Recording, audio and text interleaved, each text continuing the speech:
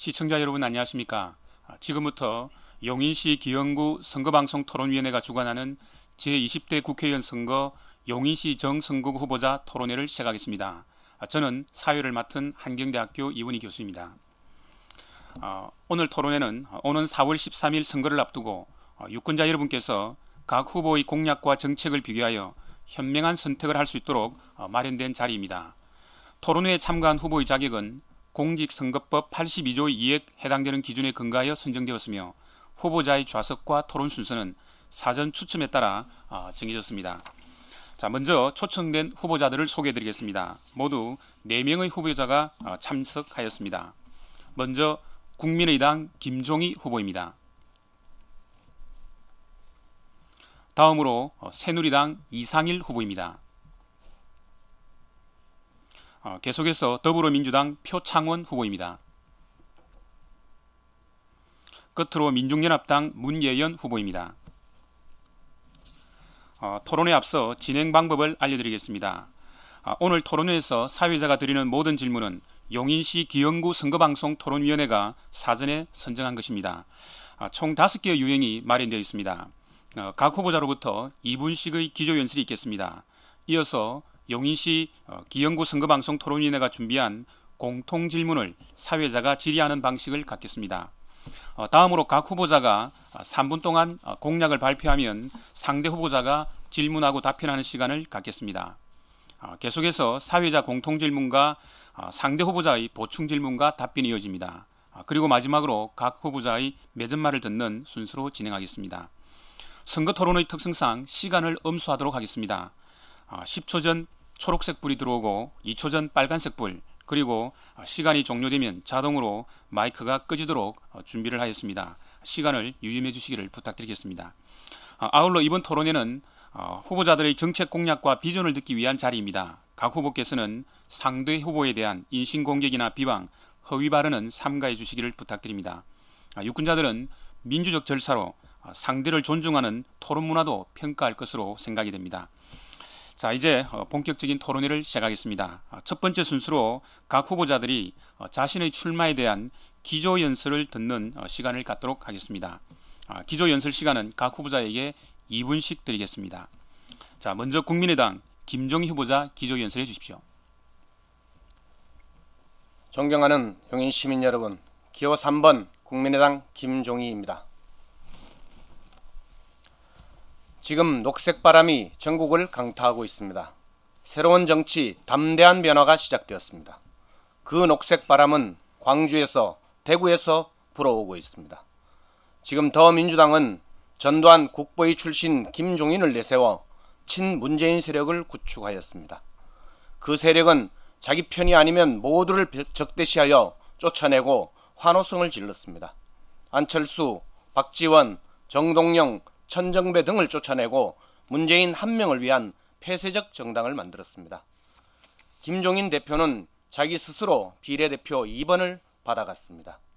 그 역풍이 광주에서 수도권으로 3번 바람을 일으키고 있습니다. 또한 새누리당은 대통령 말을 듣지 않는다고 유승민 씨를 공천 배제하고 반대파의 씨를 말렸습니다. 이제 새누리당에는 합리적 보수는 설 자리가 없고 오직 충성파만 살아남는 구시대 정당이 되었습니다. 유승민을 지지하는 지지자들은 찍을 데가 없어졌습니다. 그 역풍이 대구에서 수도권으로 3번 바람을 일으키고 있습니다. 광주에서 대구에서 불어오는 이 바람이 녹색혁명을 일으킬 것입니다. 그 녹색혁명은 양당 독점 정치체제를 허물고 3당이 경쟁하는 정치체제를 만들 것입니다. 이제 정치도 경쟁하는 시대가 되어야 합니다. 기업이 경쟁체제가 되면 서비스가 좋아지듯이 정치도 경쟁체제가 되어야 국민을 두려워합니다. 3번 선택지를 국민의당이 드리겠습니다. 새로운 정치, 담대한 변화를 선택하십시오. 기호 3번이 희망입니다. 기호 3번이 미래입니다. 이젠 3번입니다. 감사합니다. 다음으로 새누리당 이상일 후보자 기조연설 주십시오. 존경하는 용인정 시민 여러분, 시민 여러분들께서 100% 참여 경선으로 공천을 주신 시민후보 새누리당 이상일입니다. 길가에 붙은 벽보를 보셨나요? 저는 이렇게 써놨습니다. 누가 이 일을 잘할까요? 여러분들께서 원하시는 후보는 과연 누구일까요? 여러분들이 느끼시는 작은 불편함, 작은 고충 하나라도 옆에서 경청하고 그걸 해결하려고 노력하는 일 잘하는 후보 아니겠습니까? 저는 지난 2년간 용인을 당협위원장으로 활동하면서 여러분들 가까이에서 여러분들 문제를 같이 인식하면서 그 문제를 해결하려고 노력을 해왔습니다. 수원 인터체인지 46년 동안 용인 신갈당에 있었습니다. 시민 여러분들께서 그걸 고치려고 10년가량 노력을 해오셨습니다. 그걸 아무도 못했습니다. 저 그 말씀 듣고 5개월 만에 수원 신갈 인터체인지로 바꿨습니다. 용인 서울 고속도로 통행료 10% 인하했습니다. 흥덕지구 인구가 집중되어서 학교가 부족합니다. 초등학교 하나 만들었습니다. 260억 원 국비 투자를 하도록 했습니다. 용인의 7개 학교에 급식실, 화장실, 방송 시스템, 냉난방 시설 개선하기 위해서 교육부 특별교부금 42억 원 가져왔습니다. 제가 한 일들에 대해서 열거하자면 매우 깁니다. 일의 레코드와 성과의 기록이 있습니다. 이런 이상일에게 일할 기회를 주신다면, 여당 재선 의원으로 만들어 주신다면 일로, 활동으로, 말이 아닌 일로 보여드리겠습니다. 시민 여러분들께서 여당 재선 의원을 만들어 주신다면 성실하게 일로 보답해 드리겠습니다. 감사합니다. 계속해서 더불어민주당 표창원 후보자 기조연 쓰십시오. 안녕하십니까. 어르신께는 더 편안한 노후를, 어린이에게는 더 안전한 미래를 약속드리는 기호 2번, 당신을 지키는 용인사람 표창원입니다. 국가 경제는 엉망이고 시민들의 삶은 힘들고 팍팍한데 정치인들은 패거리로 나뉘어 싸움이나 하고 있으니 얼마나 답답하시고 화가 나십니까? 새롭고 깨끗한 정치인, 신사의 품격과 전사의 용맹함을 갖춘 표창원이 정치를 바꿔보겠습니다. 지금 국가 경제가 어렵습니다. 김대중 정부 시절 평균 5.3%까지 치솟았던 경제 성장률이 지난 3년간 평균 2.9% 반토막이 났습니다. 참여정부 말기 299조 원에 불과하던 국가 채무는 2016년 현재 615조 원으로 500조 원대에 머물던 총 가계 부채는 현재 1200조 원대로 각기 2배 이상 치솟았습니다. 서민 자영업자들도 벼랑 끝으로 내몰렸습니다. 20년 만에 생존 자영업자 수가 최저치로 떨어졌습니다. 청년 실업률은 7%에서 급기야 12.5%까지 치솟았습니다. 쉬운 해고와 임금 삭감을 가능케 하는 노동 계약으로 부모 세대로부터 일자리와 소득을 빼앗아서 자녀 세대에게 열악한 비정규직 일자리를 마련해주고 있습니다. 더불어민주당의 더불어성장, 포용적 성장, 경제민주화로 이 모든 걸 해결하겠습니다. 감사합니다. 끝으로 민중연합당 문예연 후보자 기조연 쓰십시오. 존경하는 용인시민 여러분, 민중연합당 기호 5번 문예연입니다. 반갑습니다. 박근혜 정권 3년은 마치 30년과 같은 답답함과 어려움이 많았습니다. 청년들은 스스로를 흑수저라고 자조하고 이 나라를 헬조선이라고 자조하는 말들이 난무하는 시대가 됐습니다. 청년들에게 포기를 종용하는 사회를 만들었습니다. 20, 30대 사망 원인이 1위가 자살입니다. 하루에 6명, 연간 2,000명이 넘는 청년들이 자살을 하고 있습니다. 심각한 취업난에 계속 좌절하고 열심히 살아도 나아질 수 없는 좌절감과 무기력함이 가득한 세대입니다. M4 세대, 흑수저, 헬조선 같은 말들이 왜 유행했겠습니까? 빈부격차와 비정규직으로 상징되는 낮은 삶의 질과 열악한 노동 환경이 청년들에게 가장 가혹한 현실입니다. 1% 금수저로 태어나지 못해서 99% 청년들이 무한 경쟁을 벌이다가 현실의 벽에 부딪혀 절망하고 있습니다. 그래서 청년들이 인간다운 삶을 포기하고 있습니다.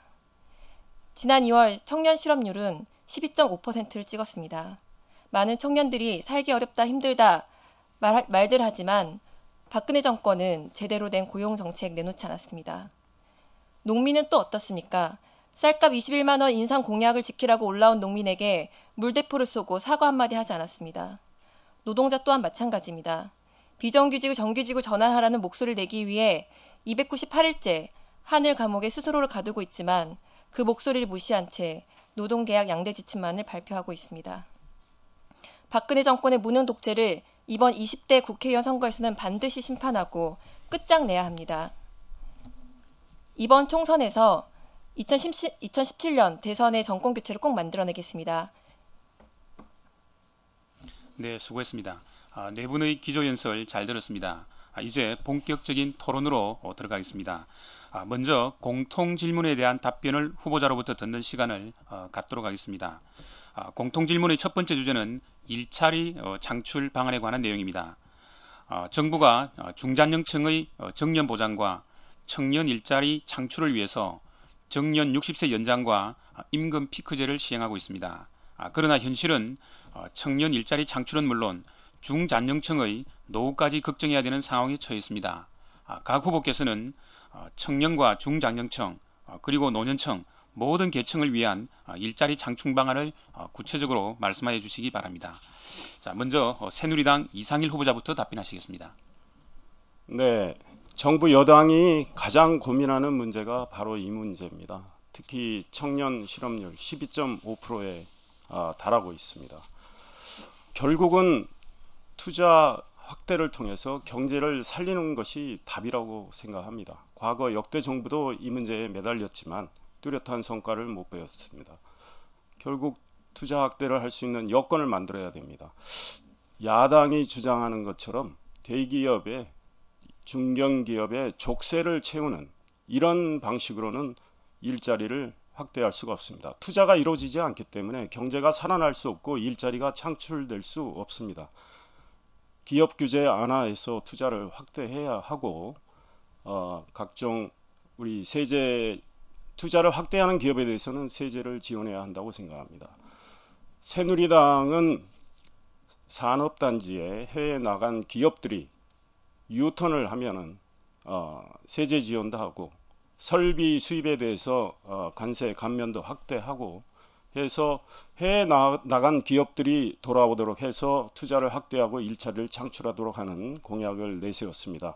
이 공약이 제대로 집행된다면 연간 47만 명의 일자리가 창출된다고 봅니다. 그리고 어르신 일자리 10만 개 만들겠다고 약속을 했습니다. 어르신 일자리 지원하는 각종 프로그램을 만들겠다고 공약을 했습니다. 네, 다음으로 더불어민주당 표창은 후보자 답변해 주십시오. 네, 일자리 창출의 기본은 경제의 건전한 틀입니다. 지난 8년간 새누리 정권의 친재벌 정책, 낙수 효과를 기대하는 경제 정책은 실패했습니다. 청년 실업률이 12.5%로 치솟고 있고요. 비정규직 비율이 갈수록 높아져 가고 있습니다.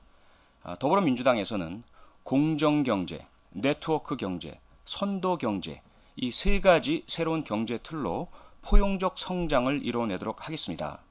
재벌이 아닌 중소기업과 자영업자와 벤처 중심으로 창업을 유도하고 청년들에겐 새롭고 좋은 일자리를 그리고 어르신께는 사회에 기여하는 재능 기부형 일자리를 여성에게는 차별 없고 일과 가정이 양립되는 그런 일자리를 마련해 드리도록 하겠습니다. 아울러 지역 경제적으로는 종합병원을 반드시 유치해서 800병상급 이상 병원에서 3,200명 이상의 고용 효과를 이뤄내도록 하겠습니다. 아울러 새로운 죽전 IT 신밸리를 조성해서 청년들과 기술 전문직들이 또 연구 개발 전문가들이 모여들 수 있도록 하겠습니다. 그리고 복합 터미널을 조성을 해서 인근 상가의 활성화를 이뤄내도록 하겠습니다. 동일 임금, 동일 노동, 같은 일을 한다면 같은 임금을 받는 좋은 일자리를 만들어내도록 최선의 노력을 다하겠습니다. 감사합니다. 계속해서 민중연합당 문예인 후보자 답변해 주십시오. 민중연합당은 재벌세 제정으로 현재 비정규직을 정규직화하고 양질의 일자리를 늘리는 방안을 마련하였습니다. 과표 1천억 원 초과하는 300개의 재벌 대기업의 법인세를 상향하여 복지 재원의 10조 원을 마련하고 710조에 달하는 30대 재벌 그룹의 사내 유보금을 활용하여 청년 고용세를 신설해 양질의 일자리를 늘리고자 합니다. 청년 실업의 문제의 근원은 재벌 편중에 경제 구조와 정권의 그릇된 정책이 낳은 산물입니다. 2008년 경제 위기 이후 대다수 국민들이 고통을 짊어질 때 삼성은 당시 7조 원에 불과했던 사내 유보금이 232조 7천억 원으로 33배나 증가하였고 10대 재벌 기업은 평균 30배나 증가했습니다. 30대 재벌 전체적으로 710조에 달하는 사내 유보금이 축적되었습니다. 재벌 기업은 정부가 청년 고용 대책을 쏟아낼 때마다 온갖 생색을 다 냈지만 정작 청년 일자리에 빗장을 걸어 잠근 장본인이 바로 재벌 대기업이었습니다. 그런데도 정부는 재벌 사내 유보금 환수, 시일 노동시간 대폭 축소 감소 등 강도 높은 재벌 기업은 외면한 채 걸핏하면 노조 탓, 국회 책임을 걸고 넘어졌습니다. 오로지 시운해고, 비정규직 확산의 노동개혁에만 몰두했습니다. 민중연합당이 재벌세 신설로 좋은 일자리를 만들겠습니다. 네, 자 끝으로 국민의당 김종희 후보자 답변해 주십시오. 지금 우리 사회의 가장 큰 문제점이라고 할 수 있는 일단 공공부문 개혁으로 통해서 일자리 창출을 해야 된다고 봅니다. 지금 우리 공공부문에 종사하시는 고위직들 대체적으로 1년에 한 연봉 1억 정도 소요되는 걸로 알고 있습니다. 그런 것들을 좀 줄여서, 그러니까 고위직들의 임금 상한제 이런 것들을 통해서 고위직들 임금을 줄여서 청년 일자리 창출 이런 것으로 돌려야 된다고 일단 생각합니다. 그리고 용인 지역 일자리 창출에 대해서도 말씀드리겠습니다.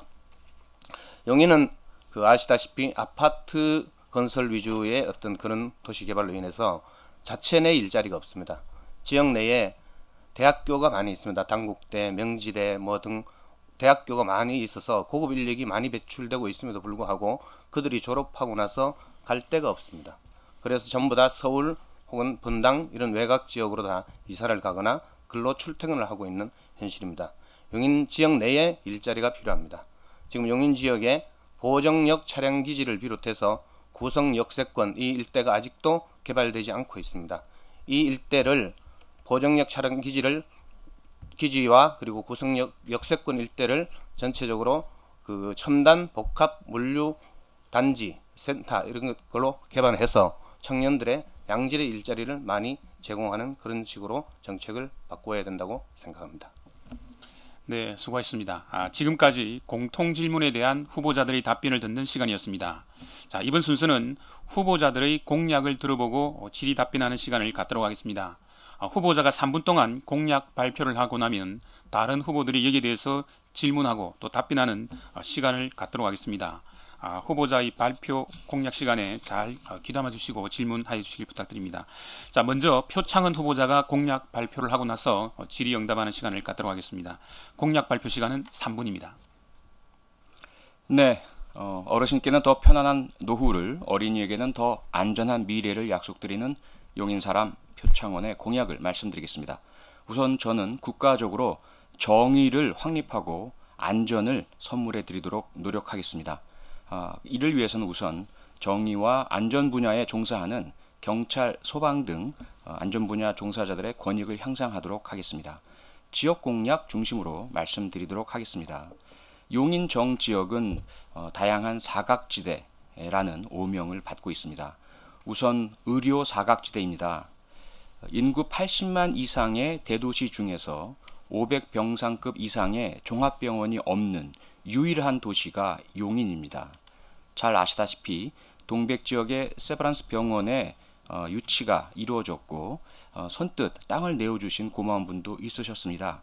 하지만 2,880억 원의 총 공사비를 책정한 용인 세브란스 병원에서는 249억 원을 들인 건설사가 지방공사를 지하 3층과 지상 2층까지 마쳤지만 이후 추가적인 공사를 진행하지 않고 있습니다.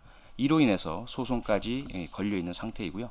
이 문제를 반드시 해결해 내도록 하겠습니다. 세브란스 병원이 더 이상 추진하지 않는다면 다른 대형 병원도 유치하도록 하겠습니다. 만약에 이마저 안 된다면 서울 송파구에 있는 경찰병원을 이전해 오도록 최선의 노력을 다하도록 하겠습니다. 두 번째, 교통 사각지대 문제입니다. 용인 특히 동백과 청덕과 구성 지역에서 서울로 출퇴근하시는 분은 최소 3시간, 최대 4시간까지의 출퇴근 시간을 허비하셔야 합니다. 교통망이 너무 안 좋습니다. N버스의 도입, 광역버스의 증차, 이 부분은 서울시와 국토부, 이러한 다른 지자체와 정부와의 협의가 필요한 사안입니다. 반드시 이뤄내도록 하겠습니다. 아울러 GTX 조기 완공, KTX역의 유치, 그리고 복합 터미널의 도입, 아울러 지능형 교통체계를 통한 교통소통 흐름의 확보를 해내겠습니다. 교육 사각지대를 해소하겠습니다. 학부모님께서는 우리 용인정 지역의 교육 수준이 인근 도시보다 떨어진다라는 불만을 많이 가지고 계십니다. 혁신 지구의 지정 그리고 혁신 학교의 증서를 통해서 교육 프로그램의 질을 향상시키고 학생들이 자신의 소질과 취향, 취미에 맞는 적성을 찾고 진로를 탐색할 수 있는 다양한 프로그램을 도입하도록 하겠습니다. 아울러 행정 사각지대 문제를 해결하겠습니다. 현재 처인구, 기흥구, 수지구의 일부에 편입되어 있어서 문화, 복지, 스포츠 등의 다양한 행정 서비스를 받지 못하고 계시는 용인정 지역의 분구를 통해서 새로운 행정 서비스를 제공해 드리도록 하겠습니다. 감사합니다. 네. 자, 이제 질문과 답변의 시간을 갖겠습니다. 자, 먼저 문예은 후보자 질문해 주십시오. 예, 지역의 여러 공약들 잘 들었습니다. 민주당의 공약에 관련돼서 질문 드리겠습니다. 민주당은 2020년까지 최저시급 1만 원을 이야기하고 있는데요. 지금 매일 저임금 취업 절벽에 신음하고 있는 청년들이 많습니다. 당장 내년부터 도입해야 된다고 생각하는데 어떤지 후보님 의견이 궁금하고요. 지금 정몽구 회장이 비정규직을 정규직하라는 대법원 판결을 무시하고 있습니다. 이에 대한 해결 방안도 궁금합니다. 네, 좋은 질문 감사합니다. 우선 최저시급의 인상 문제는 우리 전체 청년과 그리고 특히 저임금에 시달리고 있는 많은 노동자들에게 절박한 문제입니다. 우리 더불어민주당의 기본적인 경제 전략은 부자와 대기업 중심에서 탈피해서 서민과 가계소득 중심으로 옮겨온다는 이야기입니다. 그래서 전체 소득 중에서 우리 가계소득이 차지하는 비율을 70%로 높이고요. 그리고 기업 생산의 분배 중에서 노동에 분배되는 비율을 70% 수준으로 높이는 그런 경제정책 전략을 가지고 있습니다. 또한 중산층의 비율을 70%까지 끌어올리는 것입니다. 그 중에 한 부분이 최저임금을 시급 1만 원 이상으로 올리는 것인데요. 물론 내년부터 당장 시행하고 싶은 마음은 굴뚝 같습니다. 하지만 저희가 정부가 아니고요. 야당이고 야당으로서 실제로 그런 정책을 시행하는 데는 한계가 있습니다. 또한 국회에서 다수당을 점하고 있지도 못하는 한계가 분명히 있고요. 하지만 저희들이 가지고 있는 모든 정치적 역량을 총동원해서 가능하다면 최저시급의 인상이 이루어질 수 있도록 최선의 노력을 다하겠습니다. 아울러 특정 대기업에서 행하고 있는 그런 법원의 명령을 어기는 부분, 이 부분 역시 야당 혼자만의 힘으로 할 수는 없겠지만 최선의 노력을 다하도록 하겠습니다. 감사합니다. 네. 이어서 김정희 후보자 질문해 주십시오. 일단 표창원 후보님 공약이 그럴듯하고 말이 번지르르 하지만 제 귀에는 굉장히 공허하게 들립니다. 그럼 표창원 후보님은 정치를 안 하겠다고 말씀했다가 정치를 시작하고 험지에 나가겠다고 했다가 우리 용인정 야권 우세 지역으로 오시고 그리고 오세훈이나 박근혜하고도 붙겠다던 그런 거물과 붙겠다가 하다가 상대당 후보도 불투명한 이런 지역으로 오셔서 그런 말 바꾸기를 계속 하시는 그런 후보가 설마 이런 공약들을 지킬 의지가 있을까 그런 의심이 됩니다. 네, 아주 따끔하고 제 성장에 도움이 되는 비판적인 질문에 감사드립니다. 제가 정치를 하지 않겠다라는 이야기를 SNS에 올린 것이 2015년 10월까지였습니다. 그 당시는 제가 진정으로 그런 마음을 가지고 있었고요. 저는 범죄와 안전문제 전문가로서 어떠한 정치적인 편향성도 가지지 않은 채 오직 진실만을 이야기하고 싶었습니다. 그래서 거듭 여러 정치적인 요청들이 있었기 때문에 이러한 정치적인 요청에 응하지 않는다라는 그런 의지의 표현으로 정치를 하지 않겠다라는 말을 했었고요. 그러다 2015년 12월에 야당의 분열과 탈당 사태 속에서 제가 야당의 그런 분열을 막고 통합에 도움이 되고 야당이 수권 정당으로 거듭나고 전문적인 그러한 믿을 수 있는 정당으로서 바로 세울 수 있는데 도움이 된다라는 그런 간곡한 요청을 받았기에 제 마음을 바꾸었습니다. 아울러 이후에 제 지역구의 선정과 관련해서도 저는 우리 당의 모든 것을 일임한다라는 그런 말씀을 드렸고요. 당의 결정을 그대로 따랐습니다. 특히 그간 언론에서 여기저기에 출마설이 나오고 했었지만 그것은 저 개인의 의지보다는 언론의 관심사였고요. 저는 계속해서 어떠한 역할이든 당이 주어준다면 이행하겠다라는 그런 자세를 끝까지 유지해 왔습니다. 감사합니다. 네, 이상일 후보자 질문해 주십시오. 네, 동백 세브란스 병원 정말 중요합니다. 좋은 공약입니다. 저도 마련했는데 이 세브란스가 안 되면 다른 대형 병원을 유치하겠다. 그거 가능한 건지 모르겠어요.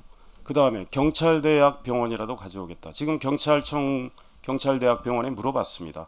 이미 송파에 경찰대학 병원역 1, 2번 출구에 있는 이 역을 많은 분들이 이용하고 있기 때문에 경찰대학 병원은 이쪽으로 올 생각이 전혀 없다고 말하고 있거든요. 과연 가능한 일입니까? 네, 좋은 질문 감사합니다. 우선 첫 번째 부분, 일단 다른 대형 병원의 유치 부분, 이미 5군데 대형 병원 재단에서 동백 지역의 병원 신설의 계획을 타진한 바가 있습니다.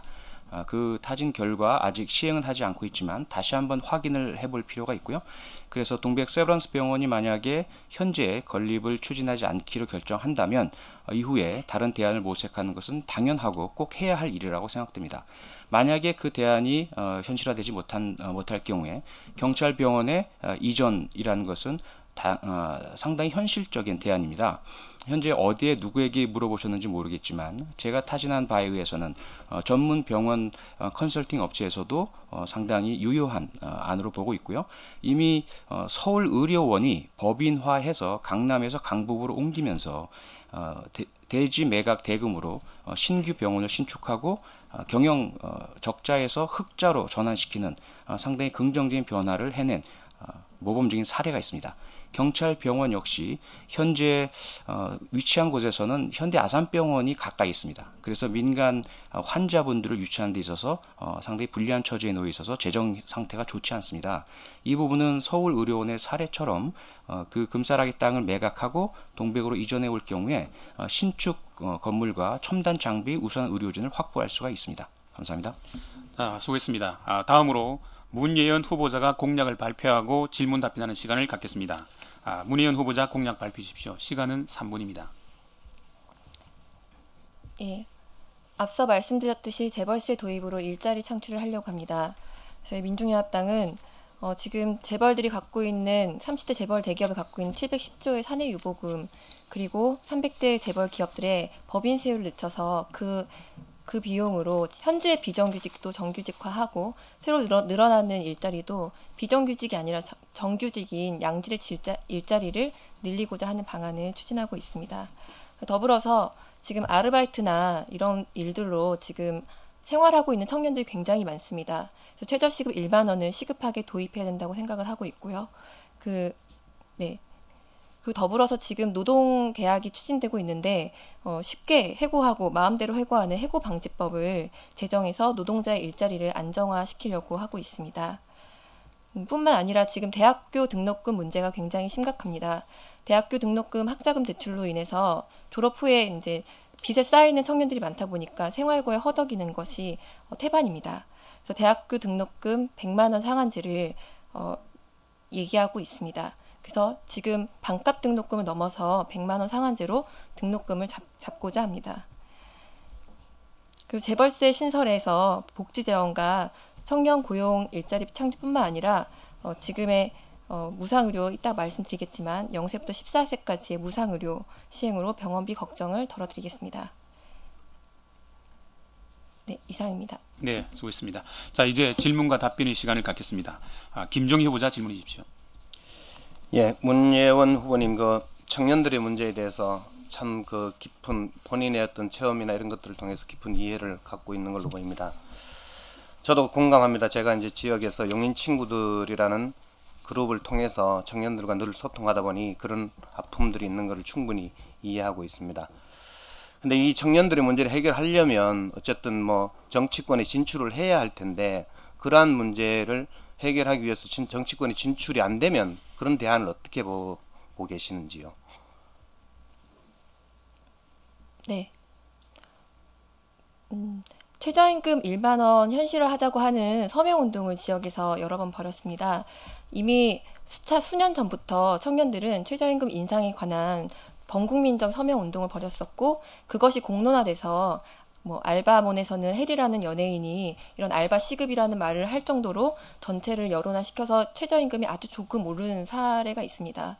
지금 현재 6,030원인 최저임금으로는 도저히 지금 생활을 감당이 어렵고 뭐 저희 당이 아직 이제 신생 정당이라서 국회에 만약에 진출 못한다 하더라도 저희는 국민들의 힘을 믿고 함께 이 여론을 만들고 여당도 야당도 거부할 수 있는 여론을 만드는 것이 저희가 현실을 바꿔 나갈 수 있는 대안이라고 보고 있습니다.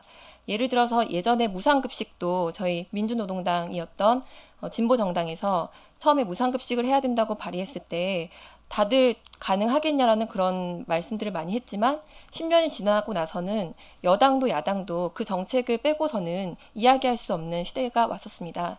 그런 것처럼 우리 국민들의 힘과 함께 이런 진보적인 의제들 그리고 우리 삶에 필요한 것들을 만들어 나가는데 힘을 모아가겠습니다.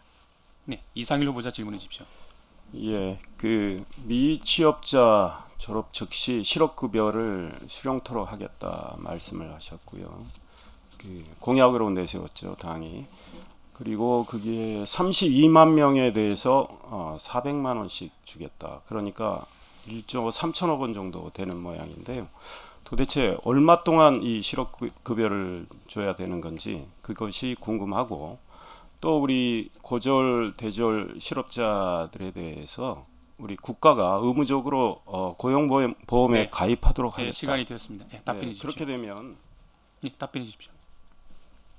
예, 그 청년 수당 관련돼서 질문한 것으로 이해됩니다. 지금 방금 말씀드렸듯이 지금 재벌들은 곳간에 굉장히 많은 돈을 쌓아놓고 있습니다. 이명박 정부 때 재벌 법인세 많이 인하해졌습니다. 현재 20% 수준인데요. 그 20%를 25%에서 28%까지만 올려도 우리의 지금 세수가 훨씬 지금보다도 많이 늘어나게 됩니다. 그 재원만 마련해도 반값 등록금 실현뿐만 아니라 100만 원 등록금 상한제 그리고 최저시급 1만 원 비정규직을 철폐하는데 충분한 재원이 확보되는 것으로 분석했습니다. 네, 다음으로 표창원 후보자 질문해 주십시오. 네, 문예연 후보께서는 0세부터 14세까지의 그 영유아 청소년에 대한 병원비를 국가에서 부담하도록 하겠다. 무상 의료 공약을 제안하셨는데요. 아주 좋고 실현 가능하기만 하다면 더할 나위 없다고 생각이 됩니다. 문제는 역시 재원이겠죠. 재원 마련 대책은 있으신지 그리고 의료 재정 건강보험도 안 좋은데 과연 이런 부분들을 어떻게 해결하실지 묻고 싶습니다. 예, 재원 재정 관련돼서는 지금 이런 저희 무상 의료를 말씀드리면 가장 많이 질문하시는 분들이 또 서민들 세금 올리는 것 아니냐 이런 말씀을 많이 하십니다. 근데 우리나라에 지금 부의 양극화가 굉장히 심화되어 있는데요. 한 해에 그 3억 원 이상 그 벌어들이는 그런 초고소득자들이 우리나라에도 꽤 많이 있습니다. 이런 초고소득자 분들의 세금도 함께 더 걷어들여서 이 병원비 우리 전체 보편적인 복지를 향상시키는데 함께 세수를 마련하려고 합니다. 네. 네, 수고했습니다. 자, 이제 계속해서 김종희 후보자가 공약을 발표하고 질문 답변하는 시간을 갖도록 하겠습니다. 자, 김종희 후보자 공약 발표하십시오. 시간은 3분입니다. 안녕하십니까. 국민의당 기호 3번 김종희입니다. 저 김종희는 12년간 용인만을 바라보고 용인만을 위해서 준비해왔습니다. 저 김종희는 교통문제 해결을 위해 신분당선 연장선 유치, 용인 서울 고속도로 조기개통, KTX 용인 역사 추진 등 지역 현안 문제 해결을 위해 힘을 기울여 왔고, 용인의 교육 발전을 위해서 고교 비평준화 지역이었던 용인을 평준화 지역으로 바꾸는 데 앞장섰습니다. 오직 용인을 위해 땀을 흘렸습니다. 저는 용인 친구들이라는 2만 5천 명 가까이 되는 청년 및 지역 주민들로 구성된 페이스북 그룹에서 4년간 활동하면서 청년들의 전반적인 문제를 함께 고민해오며 우리 자녀들의 교육과 복지와 청년 일자리 창출에 대해서 깊은 공감을 가지고 있었습니다. 용인 지역 발전을 위해서 저 불굴의 파이터 김종희가 내놓는 5대 공약을 말씀드리겠습니다. 첫째, 보정동 차량기지 부지 일원과 GTX 구성역을 연계해서 비즈니스 상업지역, 첨단 물류 복합 비즈니스 센터로 만들겠습니다. 아시겠지만 우리 지역은 아파트 위주의 비정상적인 도시건설로 일자리가 거의 없는 베드타운으로 남아 있습니다. 많은 청년과 시민들이 서울이나 인근 도시로 출퇴근하는 상황입니다. 이제 일자리 창출을 통해 자족 도시로 새롭게 태어나야 합니다. 판교보다 더 교통의 중심지인 GTX 구성역이 떠오르고 있습니다. 계획적인 도시 개발로 창업, IoT, 드론 등의 벤처타운을 조성해서 지역에서 일하고 문화, 소비 생활을 누릴 수 있도록 하겠습니다. 두 번째, 법무연수원의 완전 이전과 법무연수원 경찰대 부지를 시민의 공간으로 재설계토록 하겠습니다. 지금 국토부와 LH공사는 그 법무연수원 경찰대 부지 이전 부지에 아파트 위주의 개발 계획을 수립하고 있습니다. 이렇게 법화산이 산자락까지 깎여나가면서 아파트 위주 개발로 되면 용인 시민들에게는 결국 부담만 될 뿐입니다. 이런 법무연수원 경찰대 부지에 우리 용인 시민들이 이용할 수 있는 공간을 최대한 많이 확보해야 합니다. 또한 그 중심지에 법무연수원이 있었지만 이전한다고 해놓고 결국은 그들이 다시 그 자리에 남아있는 상태가 되었습니다. 이거를 완전히 이전시키도록 해야 됩니다. 셋째, 용인에 예술고등학교를 만들겠습니다. 용인에 15만 명이 되는 유, 초, 중 학생들이 꿈과 재능을 발휘할 수 있도록 예술고를 만들겠습니다. 넷째, 용인시 정선거구를 새로운 행정구가 되도록 분구를 추진하겠습니다. 다섯째, 현재 2021년으로 예정되어 있는 GTX 구성역 개통 시기를 앞당기겠습니다. 네, 시간이 다 됐습니다. 자, 이제 질문과 답변의 시간을 갖도록 하겠습니다. 자, 먼저 이상일 후보자 질문해 주십시오. 네, 우리 김종희 후보 용인에서 오래 활동해 오셨기 때문에 사정에 많이 밝으십니다. 하나 궁금한 거, 보정역 차량기지 있죠? 보정동. 고레일이 기능 상실해서 그걸 지금 매각을 해가지고 한 사업자가 지금 그거를 우선 협상 대상자로 지정을 받았습니다. 그래서 용역 중인데 그 자리에 과연 그 구상하시는 그 첨단 디지털 밸리가 들어설 수 있을까요? 일단 개발 방향 지금 아직 그 추진되다가 만 걸로 저는 알고 있습니다만은 일단 그 개발 방향에 대해서는 시의 동의를 얻어야 된다고 생각합니다. 임의로 사업자가 마음대로 할 수 있는 그런 건 아니고요.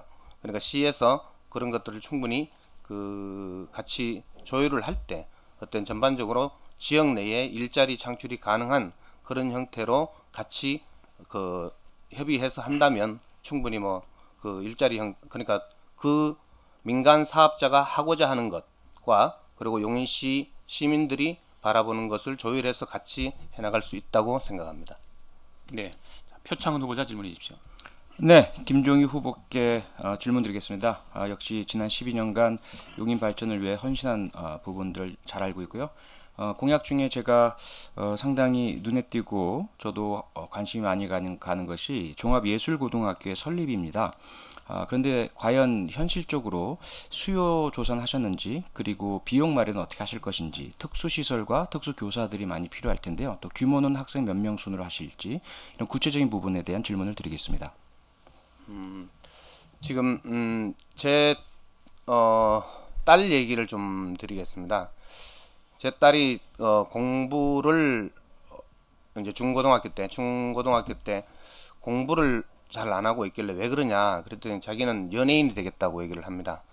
그래서 친구들한테 그 물어보니까 그럼 얘가 자질이 있느냐 했더니 그런 애들이 수두룩히 많다고 합니다. 그래서 그와 관련된 뭐 학원들이 성황을 이루고 있다, 그런 얘기들을 듣고, 정작 아이들은 그런 꿈을 가지고 그렇게 움직이고 있지만 그것을 수용해낼 수 있는 공교육 시스템은 거의 없고, 거의 그것이 사교육에서 흡수되고, 그리고 그것이 제대로 체계적으로 되는 게 아니고 있구나. 하지만 그런 애들이 그런 꿈들을 수용해 줄 수 있는 공교육 시스템이 필요하겠다라는 취지에서 일단 종합예술고등학교가 필요하겠다, 이런 생각을 했던 거고요. 나머지 자세한 것들은 지역에서 그런 의견을 주신 분들하고 다 같이 해서 추진할 생각입니다. 이게 뭐 구체적인 계획은 아직 없습니다. 네, 이어서 문예은 후보자 질문해 주십시오. 예, 다른 후보님들도 마찬가지인데요. 대부분 토목 사업에 대한 이야기들이 많이 되고 있습니다. 우리 김종희 후보님께서도 그 벤처타운 등에 대한 이야기를 하셨는데요. 용인시 세금이 낭비되었던 대표적 사례가 경찰청 사업이 등 우리 지금 용인시의 재정이 많이 열악한 걸로 알고 있습니다. 이에 대한 그 재원 방안은 어떻게 보고 계신지 궁금합니다. 지금 제가 이제 보정역 차량기지 일원과 그리고 구성 역세권 일원의 멀티 복합 테크노밸리를 조성하겠다라고 하는 것을 이제 용인시가 주도적으로 조성을 해서 할 수 있는 그런 것들은 아닌 것 같고요. 어쨌든 이거는 민간 자본이 들어와야 할 일들인 거라고 봅니다. 일단 아까 잠깐 말씀하셨지만 지금 현재 보정역 차량기지 그 부지 일원도 민간이 들어와서 지금 자기들이 개발해 보겠다고 지금 하고 있는 거고요. 그런 개발 방향이 아까 말했듯이 우리 용인시에 일자리를 남기고 우리 시민들하고 소통하는 그런 개발 방향이 되어야지, 그냥 민간 사업자가 이익만 빼먹고 가는 그런 구조로 내팽개쳐서는 안 된다. 또 아까 구성역에 지금 GTX가 들어서는데 그 2021년이면 개통이 됩니다. 그래서 교통혁명이 일어나는데 그 일대를 지금부터 체계적으로 개발 계획을 세워놓지 않고 있으면 그때도 역시 난개발이 될 가능성이 굉장히 큽니다. 그래서 그런 것들을 개발 방향을 잡아놓고 민간 자본을 유치해서 전체적으로 우리 일자리를 창출하는 그런 방향으로 하자는 게 제 법안입니다. 네, 수고했습니다. 자, 이제 끝으로 이상일 후보가 공약을 발표하고 질문 답변하는 시간을 갖겠습니다. 자, 이상일 후보자 공약 발표해 주십시오. 예, 그 전에 우리 김정희 위원장 말씀하신 보정역 차량기지 관련해서 우선 협상 대상자로 지정받아서 협약을 맺고 있는 사업자는 아울렛을 하는 사업자입니다. 그래서 과연 그 구상이 제대로 될지 의문입니다. 우리 용인정 지역 정말 많이 부족합니다. 인구는 밀집이 되어 있는데 교통 인프라, 교육 인프라, 문화 인프라, 생활체육 인프라마저도 부족합니다. 이거부터 해결해야 된다고 생각합니다. 첫째, 우리 교통 정말 불편합니다. 서울 가는 길 빨리 가게끔 많은 길을 뚫어야 됩니다. 중요한 경부고속도로, 저는 보정 죽전 인터체인지 만들겠다고 3월 7일 출마 선언할 때 공약을 했습니다. 이 문제를 해결하기 위해서 국토교통부 도로공사와 오랫동안 논의를 해왔습니다. 충분히 가능한 상황입니다. 영동고속도로의 마성 인터체인지 접속도로 조기에 개통하고 그 전에 동백 인터체인지를 만들겠습니다. 동백중학교 쪽으로 나오는 인터체인지를 만들어서 우리 동백동, 청덕동, 원남동 죽전에서 서울로 쉽게 갈 수 있도록 길을 열겠습니다. 그 길이 열리면 광역버스, N버스 생기게 될 겁니다. 동백 세브란스 병원 재난대응 전문 의료기관으로 지정해서 국비 지원을 받겠습니다. 세브란스 그렇게 하면 하겠다고 하는 겁니다. 세브란스의 계획은 올해 5월까지 원래 공사를 하겠다는 거였는데 그걸 연장을 한다고 합니다. 세브란스 병원장 지난해 4월에 만났습니다. 보건복지부 장관, 재난안전처 차관 다 만나서 재난대응 전문 의료기관으로 지정을 해서 국비 지원이 이루어질 수 있도록 하자. 관련 법안도 냈습니다. 19대 때 법안 통과되지 못할 겁니다. 20대 때 저를 국회로 보내주시면 제가 이 문제 마무리하겠습니다. 누군가는 이 문제를 마무리해야 합니다. 많은 분들이 구속역 GTX 조기 개통, 또 KTX 역사 신설, 복합터미널 신설 이야기합니다. 그거 누가 할 수 있겠습니까? 여당 의원이 할 수 있습니다. 복합터미널 신설 추진하기 위해서 국방부가 가지고 있는 땅, 거기에 저는 터미널을 만들기 위해서 이미 협의에 나서고 있습니다. 그 다음 우리 보정동 지식산업단지를 만들겠습니다. 고속도로 서쪽으로 지금 많은 땅이 있습니다. 13만 평이 있는데 그건 민간 사업자가 개발할 수 있도록 해서 정말 첨단 ICT 산업 기업들이 들어와서 우리 일자리 창출하도록 하겠습니다. 교육 특구 지정해서 교육 인프라 확충하겠습니다. 학교 각종 시설 개선하기 위해서 교육부 특별 교부금 가져오겠습니다. 감사합니다. 네, 수고했습니다. 자, 이제 질문과 답변의 시간을 갖겠습니다. 먼저 표창원 후보자 질문해 주십시오. 네, 이장일 후보자님의 공약 잘 들었습니다. 우선 동백 세브란스 병원 유치 관련한 부분인데요. 국가 재난 대응 지정 병원을 유치하겠다고 하는 부분에 대해서 두 가지 질문입니다. 하나는 실효성이고요. 두 번째는 과연 안전성 부분입니다. 말씀하신 것과 달리 보건복지부는 재난 대응은 국가가 한다라는 원칙을 세웠습니다. 두 번째, 과연 메르스 등을 우리 지역 내에서 치료하는 감염병원을 만든다. 과연 우리 지역 주민들께 바람직한 소식일까요? 네, 정부는 아직 네거티브합니다. 그래서 정부를 설득하고 있고 그래서 법률을 내고 있습니다. 정부는 재난 상황이 발생했을 때 지역의 대형 병원을 중심으로 거점 병원을 만들겠다고 합니다. 메르스 사태 터졌습니다. 삼성병원 큰 병원이고 인류병원입니다. 과연 제대로 대처했습니까?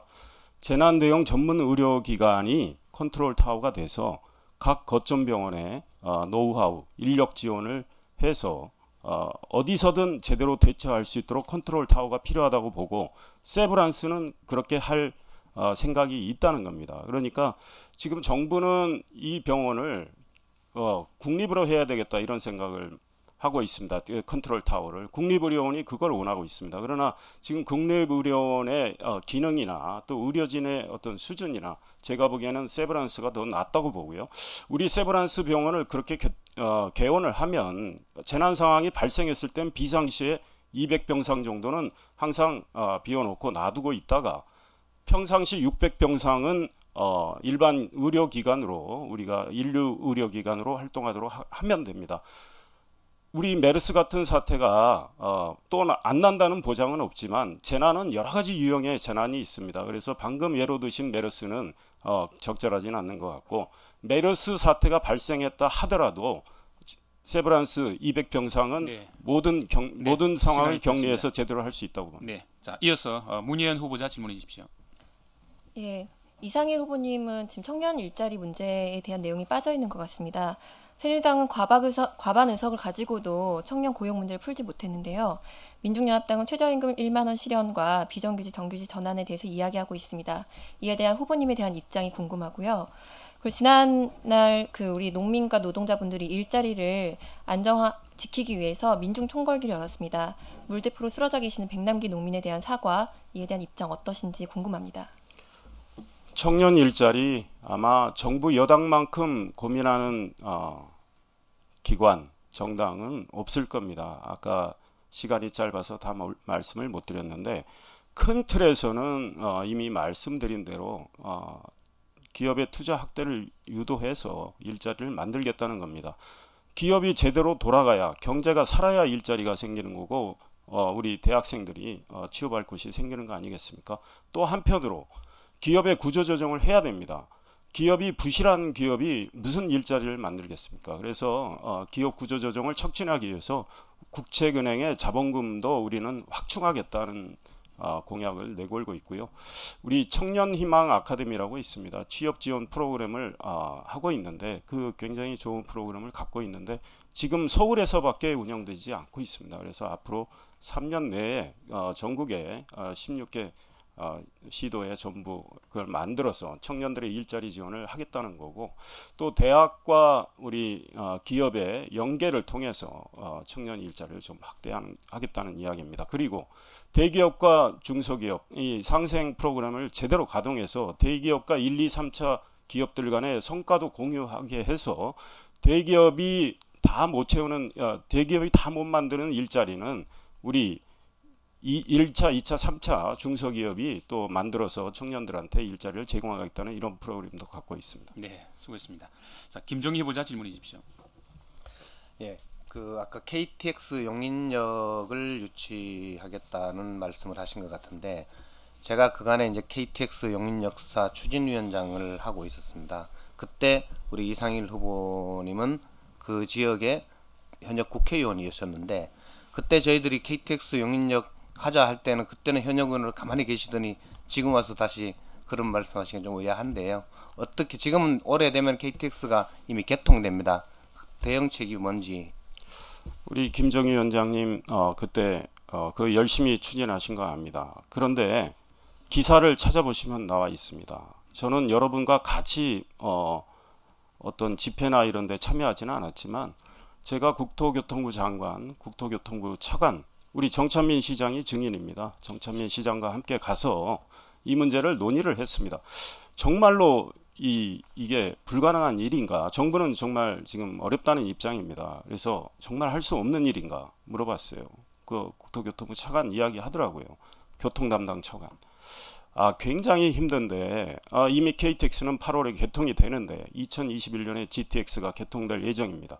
그때 KTX 이 역사를 맞춰서 한다. 이 KTX가 안 지나가고 쉬는 기간 동안 작업을 해야 된다는 겁니다. 하루에 고작 해야 서너 시간이겠죠.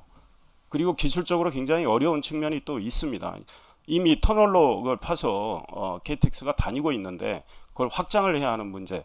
그래서 굉장히 정부는 부담감을 갖고 어렵게 생각하고 있는데 만약에 우리 용인 지역의 많은 시민들이 지금 그걸 원하고 있고 또 실제로 그게 개통이 되면 크게 편리하고 또 다른 지역에도 교통 편의를 제공할 수 있기 때문에 돈이 더 들고 시간이 더 들더라도 이걸 한번 추진해 보자라는 생각에서 내걸었고 제가 100% 자신하지는 못하기 때문에 이걸 추진이라고 했습니다. 네, 수고하셨습니다. 지금까지 각 후보의 공약에 따른 토론이었습니다. 자, 이제 순서를 바꾸고자 합니다. 이번 순서는 공통 질문에 각 후보자가 답변을 하고 이후에 상대 후보자들의 보충 질문에 대한 답변하는 시간을 갖도록 하겠습니다. 두 번째 공통 질문의 주제는 저출산 고령화 대책 및 출산 양육 문제 해결에 관한 내용입니다. 세계 최저 수준의 저출산율로 인해서 인구는 감소하고 노령 인구가 급증하는 등 늙어가는 대한민국이 되어가고 있다는 지적이 있습니다. 젊은 층들은 출산, 양육, 주거 등의 부담으로 결혼을 못하고 있는 상황이라고 합니다. 각 후보께서는 저출산 등에 따른 인구 변화로 인한 우리 사회의 문제점과 그 대책이 무엇인지 말씀해 주시기를 바랍니다. 네 분의 후보가 다 자기 의견을 말씀한 다음에 각 후보에 대한 질의응답이 이루어질 겁니다. 자, 먼저 문예연 후보자부터 답변하시겠습니다. 지금 우리나라는 인구 절벽에 다다랐습니다. 국가의 존폐를 가늠짓는 정말 심각한 문제입니다. 정부에서 책임지고 경제, 교육, 복지 등 사회 모든 분야에서 혁신을 이루어야 됩니다. 민족연합당은 0세부터 14세까지 병원비 국가 책임제를 제시하고 있습니다. 뿐만 아니라 미래가 보장될 수 있도록 최저시급 1만 원, 등록금 100만 원 상한제, 그리고 재벌세 재정으로 비정규직 정규직화, 양질의 일자리 창출을 이야기하고 있습니다. 어머니 뱃속에서부터 성인이 될 때까지 안정된 삶을 누릴 수 있도록 국가에서 책임지자는 겁니다. 박근혜 대통령은 출산율 감소의 가장 큰 원인을 일자리로 말하고 있습니다. 소득이 없어서 고용 불안으로 결혼할 엄두를 못 내고 있다는 것인데요. 그런데도 불구하고 그걸 빌미로 재벌들의 곳간을 채워주는 노동개혁을 추진하고 있습니다. 땀 흘려 일하는 노동자들은 쉬운 해고와 비정규직으로 벼랑 끝에 내몰려 있습니다. 부모님 월급 뺏어서 내 일자리 호주머니 채우겠다는 청년들이 어디 있겠습니까? 평생 비정규직으로 살라는 노동개혁에 어떻게 저출산의 근본적인 대책이란 말입니까? 새누리당은 중앙정부의 역할을 성실히 이행하지 않은 채 고통을 국민들에게만 떠안고 있습니다. 민중연합당이 무상급식부터 실현했던 민중노동당의 정신을 계승해서 네, 수고했습니다. 자, 이어서 김종희 후보자 답변해 주십시오. 저출산의 원인이 무엇이겠습니까? 사람들이 아이를 안 낳으려고 합니다. 그는 아이를 놓자마자 근심 덩어리가 되기 때문입니다. 실제로 아이들 키우는 문제, 그리고 보육하는 문제, 그리고 고등학교 졸업하고 대학교 졸업하고 졸업하자마자 취직도 못 시키는 그런 현실적 문제들이 지금 현재 우리 사회에서 닥치고 있기 때문에 아이를 놓고자 하는 그런 기피 현상이 지금 일어나고 있는 것이 일단 저출산 문제의 가장 큰 이유입니다.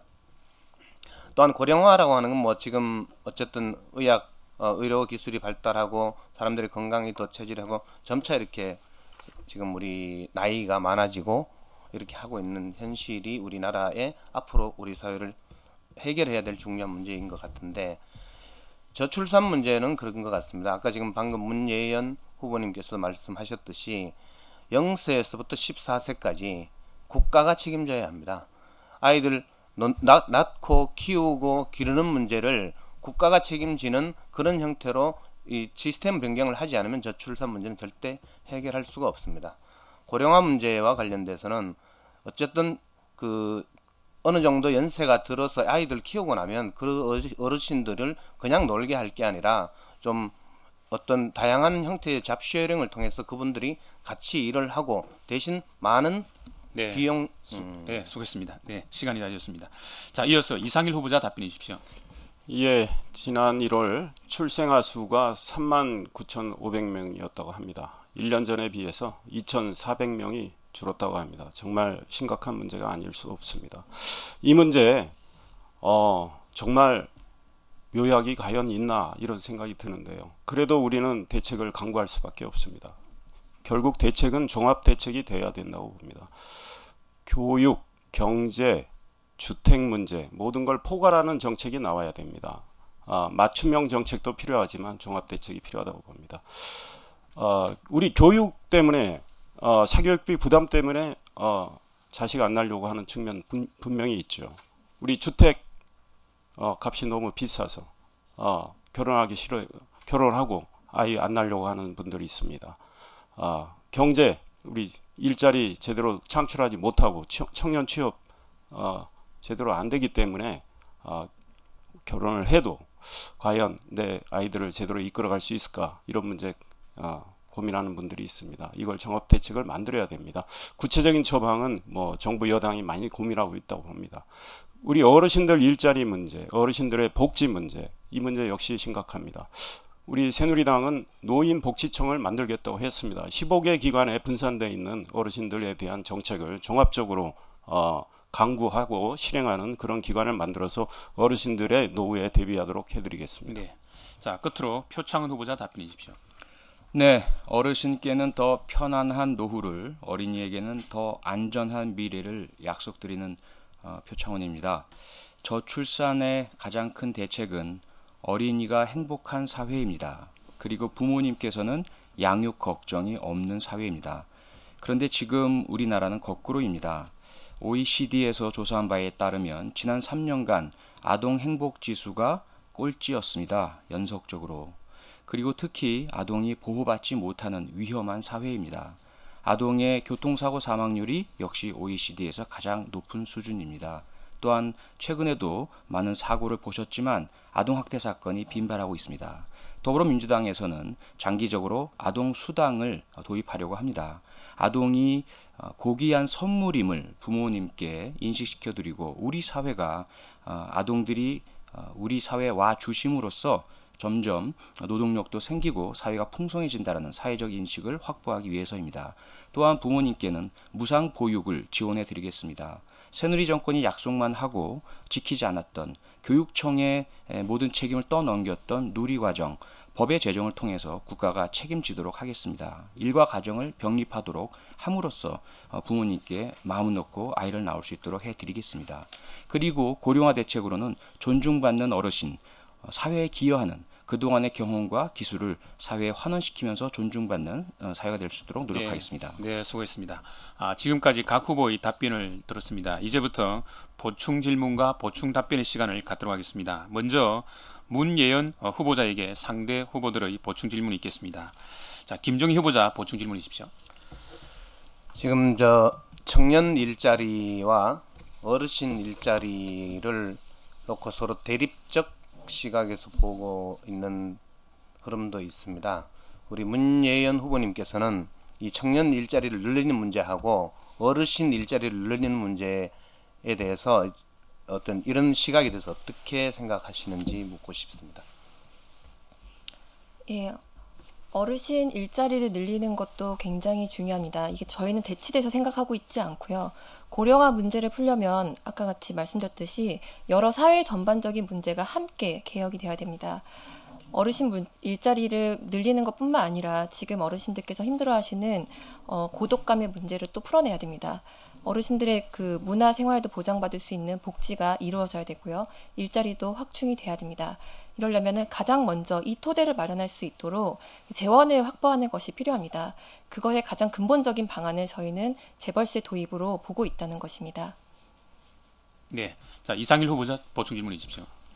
예, 아까도 잠시 질문이 나왔지만 0-14세 병원비 전액 지원 그 돈이 얼마나 드는지 궁금하고 모든 걸 지금 재벌세를 걷어서 다 충당하겠다고 하는데 재벌한테 도대체 얼마나 세금을 걷겠다는 건지 말씀 좀 해주십시오.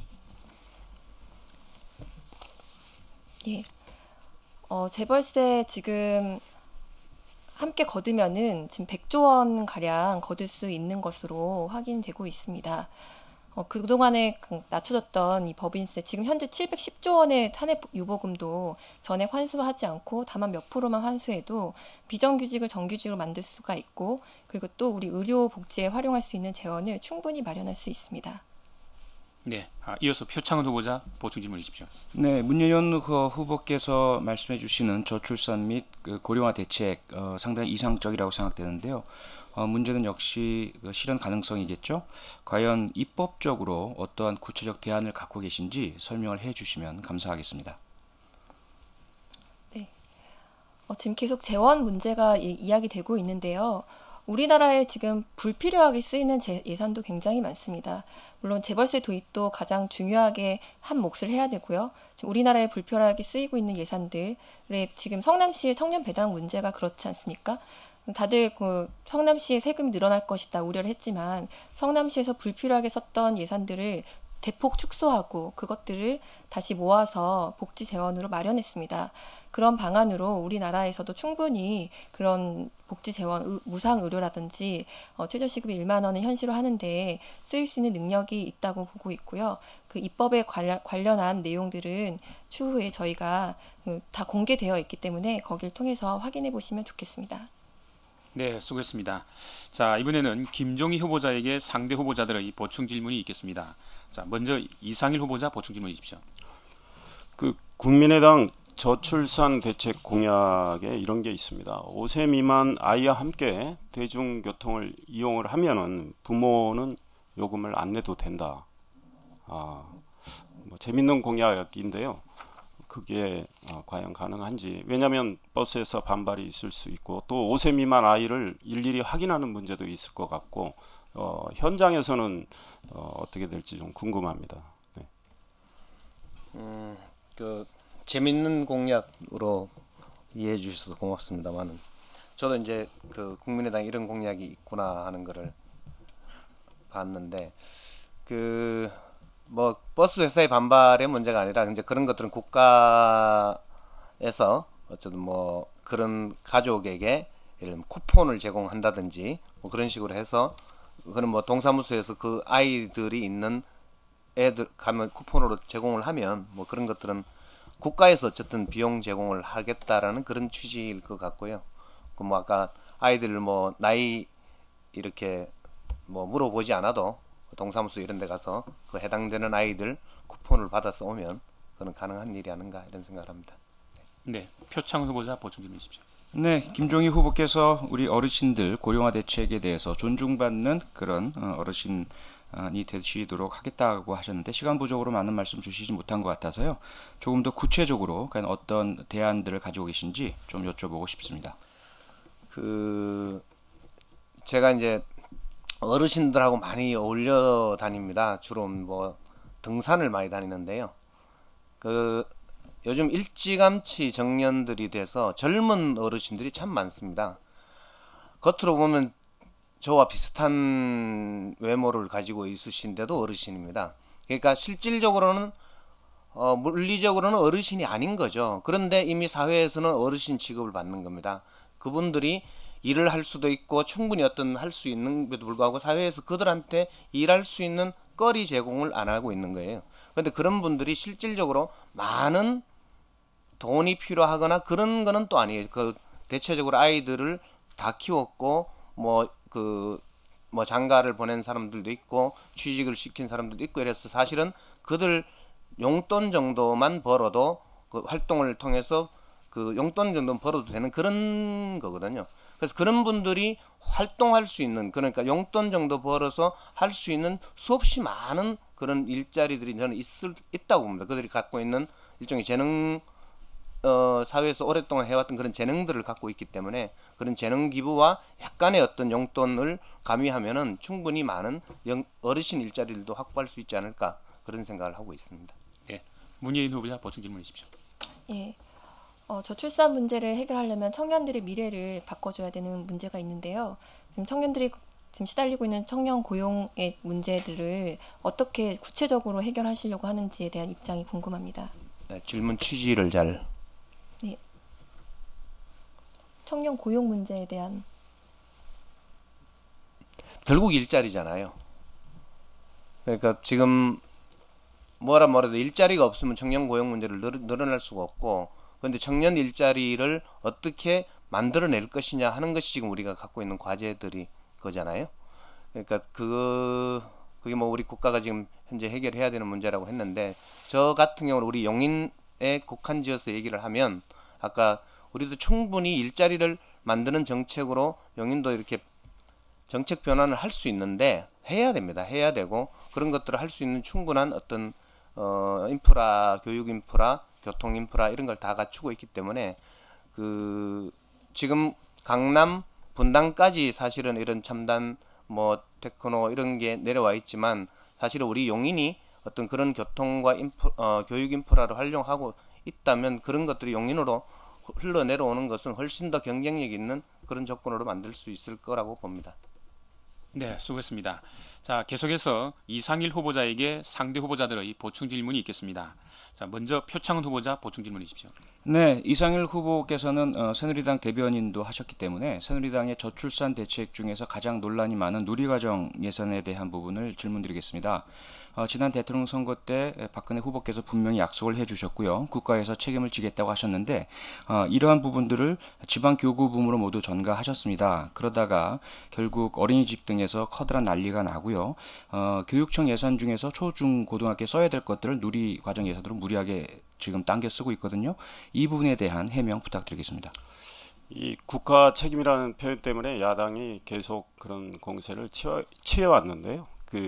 이명박 정부에서 이미 지방교육청 책임으로 시행령으로 지금 해오고 있었던 겁니다. 지난해에는 여러 가지 사정상 또 세수도 부족했고 문제가 생겼고 문제는 올해는 다 충분히 각 교육청이 충당할 수 있을 만큼의 교부금이 내려갔습니다. 그런데 7개 교육청이죠. 7개 교육청에서 교육감님들 뭐 진보 성향이라 해도 좋고 좌파 성향이라 해도 좋은데 그분들께서 본인들이 중점적으로 추진하시는 사업들이 있습니다. 예를 들면 경기도의 무상급식 같은 거죠. 이쪽에 많은 돈을 배정하다 보니까 누리과정 문제가 발생을 했고 또 그럼에도 불구하고 교육청은 어린이집 예산을 전부는 아니지만 일부는 편성을 했었습니다. 그런데 더불어민주당이 다수인 지방의회에서 그걸 모두 삭감을 해버렸죠. 그러면서 우리 어린이집 운영하는 분들, 학부모들 전부 굉장히 반발이 있었고 비판 여론이 조성이 되자 지금 어떻게 됐습니까? 지금 다 반영하고 편성했죠. 그 돈이 갑자기 하늘에서 떨어진 건 아니지 않습니까? 그래서 이 아이들 보육, 교육하는 문제 좀 정치성이 개입이 안 됐으면 좋겠다는 생각을 합니다. 네, 문예인 후보자 보충 질문 주십시오. 예, 지금 누리과정 앞서 말씀하셨는데요. 예산 문제로 지금 교육부와 교육청이 많은 갈등을 빚고 있습니다. 이 예산은 중앙정부에서 직접 편성해서 관리해야 된다고 보는데 교육상임위원이셨던 이상일 후보께서 어떤 입장이신지 다시 한번 구체적으로 말씀해 주시면 좋겠고요. 그리고 또 그 아이들 교육 문제가 굉장히 중요합니다. 지금 작년에 가장 논란이 됐었던 국정교과서에 대한 입장은 무엇인지 듣고 싶습니다. 이 누리과정 문제, 그래서 앞으로 계속 논란이 벌어지는 건 정말 저희 정치권이 할 일이 아니라고 생각합니다. 그래서 우리 정부가 이제는 지방교육재정 교부금을 줄 때 누리과정에 대해서 누리과정에 쓰게끔 그 명목을 지정해서 주는 방안을 검토하고 있는데, 저는 그게 맞다고 봅니다. 그렇게 가면 논란은 벌어질 소지가 없고, 다른 예산은 그 재원 한도 내에서 또 쓸 수 있겠죠.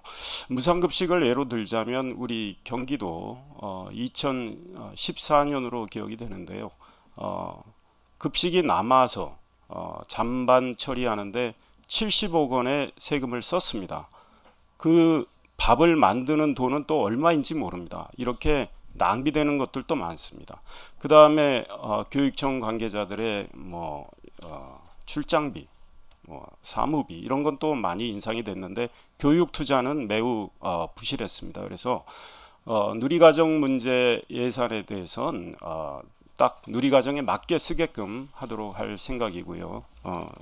다른 질문은 교과서 문제는 정부가 많은 고민 끝에 결론을 내렸다고 봅니다. 왜냐하면 역사에 대해서 좀 바른 인식을 갖게끔 하자는 거죠. 그리고 역사가 너무나 왜곡되어 있는 상황을 방치할 수 없기 때문에 그런 결론을 내린 겁니다. 네. 자, 이어서 김정희 후보자 보충 질문 주십시오. 지난해에 우리 용인에 이제 국공립 보육시설 문제로 좀 시끌했던 적이 있습니다. 그 수지 지역 일인데요. 국공립 보육시설이 하나 들어오는 것에 대해서 사립 유치원 원장님들이나 어린이집들이 많이 반발이 있었는데, 그 문제에 대해서 우리 이상일 의원님 의견을 좀 들어보고 싶습니다. 제가 이 수지구입니까? 제가 당시에 용인을 위원장으로 활동을 했고 주로 기흥구의 위원장인데, 이 국공립 보육시설과 관련해서 구체적으로 어떤 반발이 있었는지에 대해서는 제가 솔직히 깊이 모르고 있습니다. 그래서 특별히 답을 드릴 게 없네요. 네, 자, 수고했습니다. 자, 이제 표창은 후보자에게 상대 후보자들의 보충 질문이 있겠습니다. 자, 먼저 문예은 후보자 보충 질문 주십시오. 예, 지금 미래가 보장되지 않는 상황에서는 저출산 문제가 해결되기 어렵다고 봅니다. 우리 지금 일자리 문제를 근본적으로 해결하려면 경제 민주화가 제대로 추진이 되어야 되는데요. 이 경제 민주화에 대한 문제 어떻게 이뤄낼 수 있는지, 그에 대한 입장은 무엇인지 답변 듣고 싶습니다. 네. 네, 좋은 질문 감사드립니다. 말씀하신 것처럼 사실 부모들께서 안정적인 경제적인 기반이 있으셔야 마음 놓고 출산을 하실 수가 있겠죠. 계획도 세우실 수가 있겠고요. 그래서 저희 더불어민주당에서는 포용적 성장, 또 더불어 성장, 이러한 개념의 새로운 경제 시스템을 준비하고 있습니다. 이 부분은 세계적인 정치 경제 지도자들의 모임인 다보스 포럼에서도 같은 결론을 내린, 이제 더 이상은 재벌 중심의 낙수 효과를 기대하는 경제 시스템으로는 고용 창출을 할 수가 없고 경제의 성장을 기대할 수 없다라는 그런 결론과 일맥상통합니다. 결국 일자리가 만들어지는 것만이 아니라 그 일자리가 좋은 일자리가 되어야 합니다. 비정규직이나 파견직 등 불안하고 처우가 열악한 일자리는 오히려 출산 계획을 하지 못하게 합니다. 그래서 더불어민주당에서는 비정규직의 또 파견직의 확산을 막는 그런 입법 노력을 하고 있고요. 그리고 특히 최근 우리나라의 지난 4년간 고용 안정성, 한 직장에 얼마나 근무하느냐, 이 수치가 4년 미만으로 잡히고 있습니다. OECD 최하급이고요. 그래서 좀 더 좋은 일자리를 만들기 위한 중소기업과 자영업과 또 창업 위주의, 그리고 가계소득과 근로소득 중심의 그러한 분수 효과를 기대하는 그런 경제 민주화를 이룩하도록 노력하고 있습니다. 네, 김정희 후보자 보충 질문 주십시오. 예, 표창원 후보님 말씀은 그럴 듯해 보이고 번드르르해 보이지만 아예 신뢰 자체가 없기 때문에 굳이 물어볼 게 없습니다. 뭐 답변하셔야.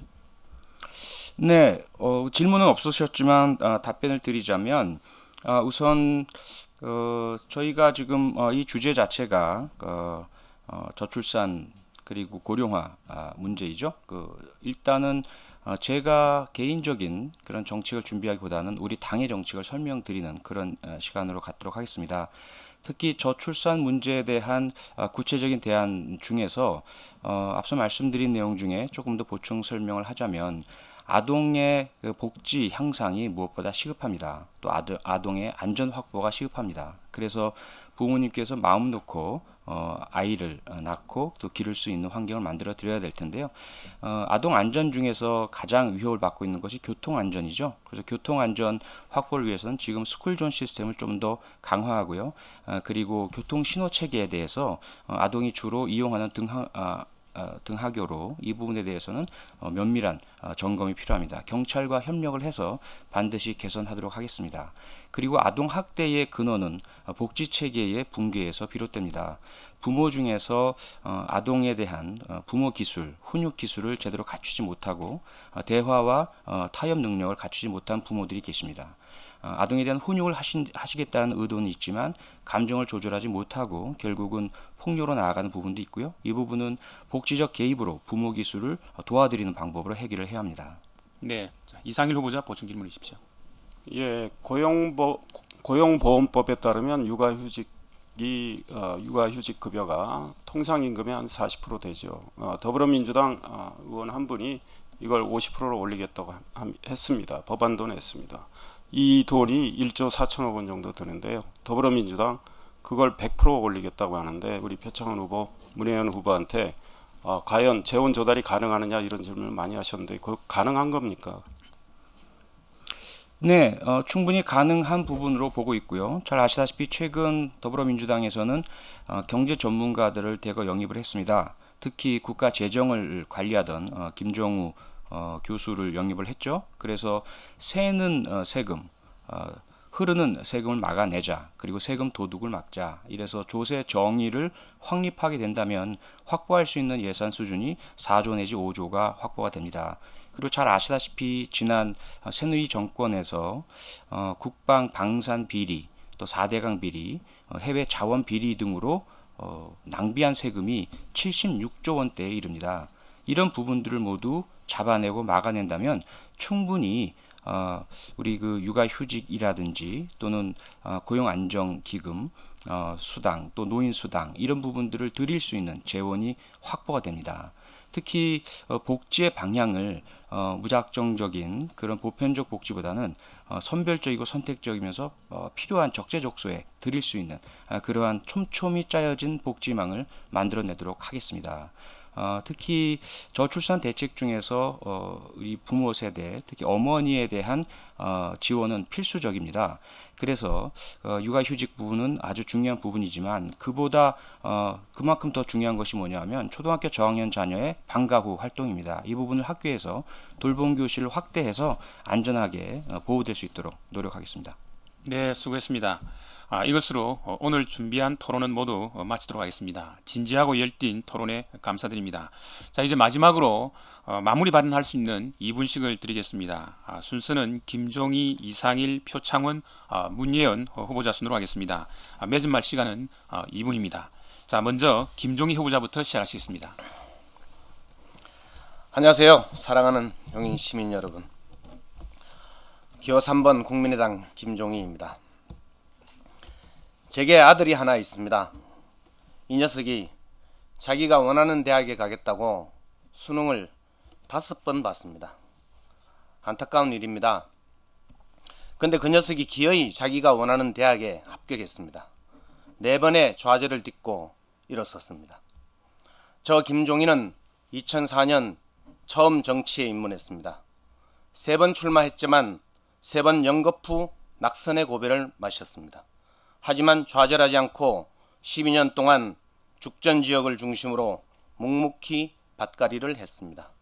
근데 그 죽전이 용인정이라는 새로운 선거구에 편입되었고 전 그 지역구에 공천 신청을 하였습니다.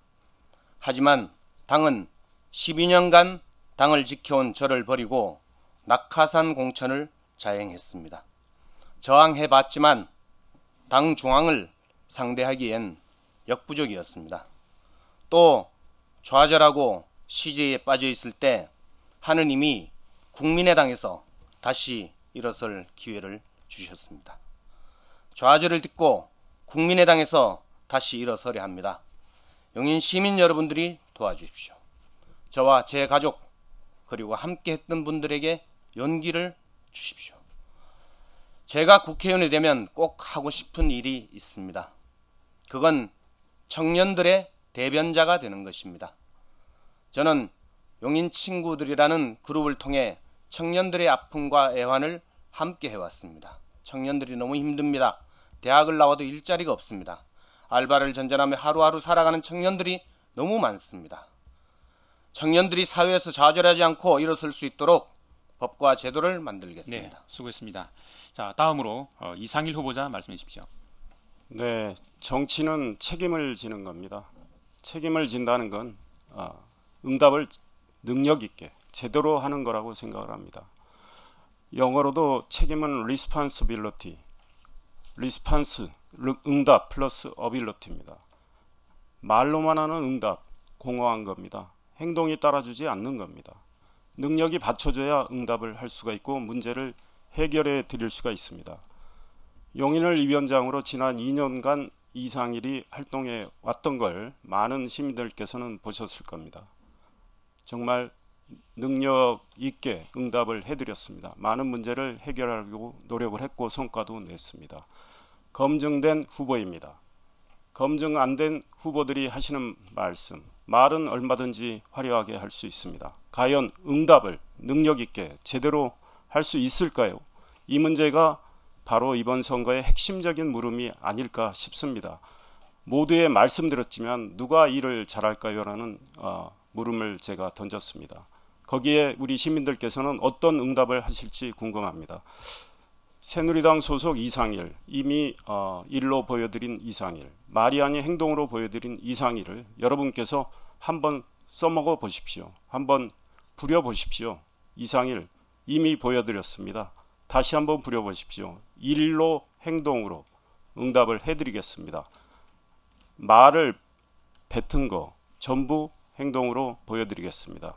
제가 드린 공약, 정부와 관계기관과 많이 논의를 했던 정말 실행 가능한 공약을 여러분께 제시해 드린 겁니다. 누구를 믿으시겠습니까? 여당 재선 의원 만들어 주시면 우리 용인 발전, 용인의 품격 제가 향상시키고 발전 가져오겠습니다. 여러분 이상일을 한번 믿어보시고 부려보십시오. 감사합니다. 계속해서 표창훈 후보자 말씀해 주십시오. 어르신께는 더 편안한 노후를, 어린이에게는 더 안전한 미래를 약속드리는 기호 2번 더불어민주당 용인 사람 표창원입니다. 저는 평생을 해병과 국방부에 바치신 부친에게서 조국과 정의를 배웠습니다. 국가 유공자이신 부친으로부터 국가를 위해서 일하는 방법을 또 그 마음을 배웠습니다. 1985년 경찰대학에 입학하면서 용인과 인연을 맺었습니다. 지금까지 31년째입니다. 1998년 경찰대학에 부임하면서 용인에 이전해 와서 살고 있고요. 지금 18해째 살고 있습니다. 제가 약속드린 공약들은 제가 22년간 용인에 거주하면서 겪고 느낀, 그리고 이웃분들과 대화하고 소통하면서 공감한 그런 문제들에 대한 해결책들입니다. 저는 새로운 정치, 깨끗한 정치를 통해서 그동안 정치에 대한 혐오와 불신과 냉소를 가지고 계셨던 여러분들의 마음을 바꿔드리도록 노력하겠습니다. 결코 상대방을 비방하지 않겠습니다. 상대방을 존중하겠습니다. 룰과 원칙을 철저하게 따르고 준수하겠습니다. 공정하게 경쟁하겠습니다. 그래서 자라나는 어린이와 청소년들에게 정치란 멋지고 아름다운 것이라는 그런 희망을 안겨드리도록 하겠습니다. 저와 더불어민주당 새로운 전문적인 유능한 정당이 되겠습니다. 수권 정당의 모습을 보여드리겠습니다. 어린이에게는 더 안전한 미래를, 청소년들에게는 더 큰 희망을, 그리고 부모님들께는 더 든든한 안심을, 어르신께는 더 편안한 노후를 만들어 드릴 수 있도록 도와주십시오. 여러분이 저와 더불어민주당의 희망입니다. 저와 더불어민주당은 여러분을 지켜드리겠습니다. 감사합니다. 끝으로 문예연 후보자 말씀해 주십시오. 존경하는 용인 시민 여러분, 기호 5번 문예연입니다. 예전에는 개천에서 용난다는 말이 있었습니다. 그 말은 누구나 열심히 노력하면 성공할 수 있다는 말입니다. 지금 개천에서 용이 날 수 있습니까? 전혀 불가능합니다. 사회 양극화 해소를 위해서는 무상의료, 무상교육 등 보편적 복지와 재벌세 도입을 통한 소득의 재분배가 이루어져야 합니다. 박근혜 대통령은 무상보육을 보편적 복지를 실현하겠다고 했는데 무상교육, 무상의료에서 보편적 복지가 아닌 선별적 복지를 이야기하고 있습니다. 자기 모순에 빠져 있습니다. 박근혜 정권의 무능을, 독재를 이번 20대 국회의원 선거에서 반드시 심판하고 끝장내야 합니다. 국정원 댓글 조작으로 시작해서 세월호 참사, 국정교과서, 일본군 위안부 한일 합의, 정당 해산 등 민주주의를 후퇴하고 그리고 또 이번 공천파동에서 보여진 진박 논란 등 박근혜 대통령 1인 독재가 도를 넘어서고 있습니다. 급기야 국민들의 뼛속까지 들여다보겠다는 테러방지법을 새누리당 이상일 후보도 발의했습니다. 지금이 유신시대입니까? 하지만 박근혜 정권의 심판에 대해서는 그 어느 야당도 어느 정치 세력도 제대로 이야기하고 있지 못하고 있습니다.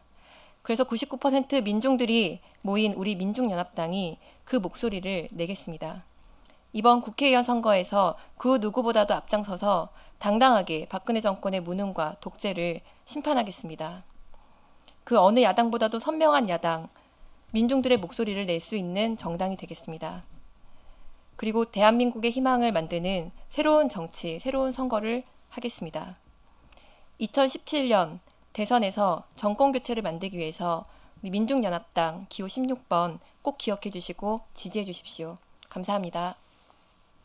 네, 내 후보의 마무리 발언까지 다 들었습니다. 이상으로 용인시 기흥구 선거방송 토론위원회가 마련한 제20대 국회의원 선거 용인시 정 선거구 후보자 토론회를 모두 마치도록 하겠습니다. 토론에 참가하신 후보자들 장시간 수고하셨습니다. 용인시 기흥구 선거방송 토론위원회 주관으로 티브로드 기남방송 스튜디오에서 녹화방송으로 진행된 이 토론회는 중앙선거관리위원회에서 운영하는 제20대 국회의원 선거 후보자 토론회 홍보 사이트 및 안드로이드 모바일 후보자 토론회 다시 보기를 통해서도 다시 보실 수 있습니다. 이제 20대 국회의원 선거 4월 13일이 며칠 앞으로 다가왔습니다. 이 시간을 통해서 과연 정치권이 지킬 수 있는 약속, 실현 가능한 정책을 내세우는지 유권자 여러분들이 꼼꼼히 살피고 판단하는 데 도움이 되었기를 기대해 봅니다. 끝까지 토론을 지켜봐 주신 시청자 여러분 대단히 감사합니다.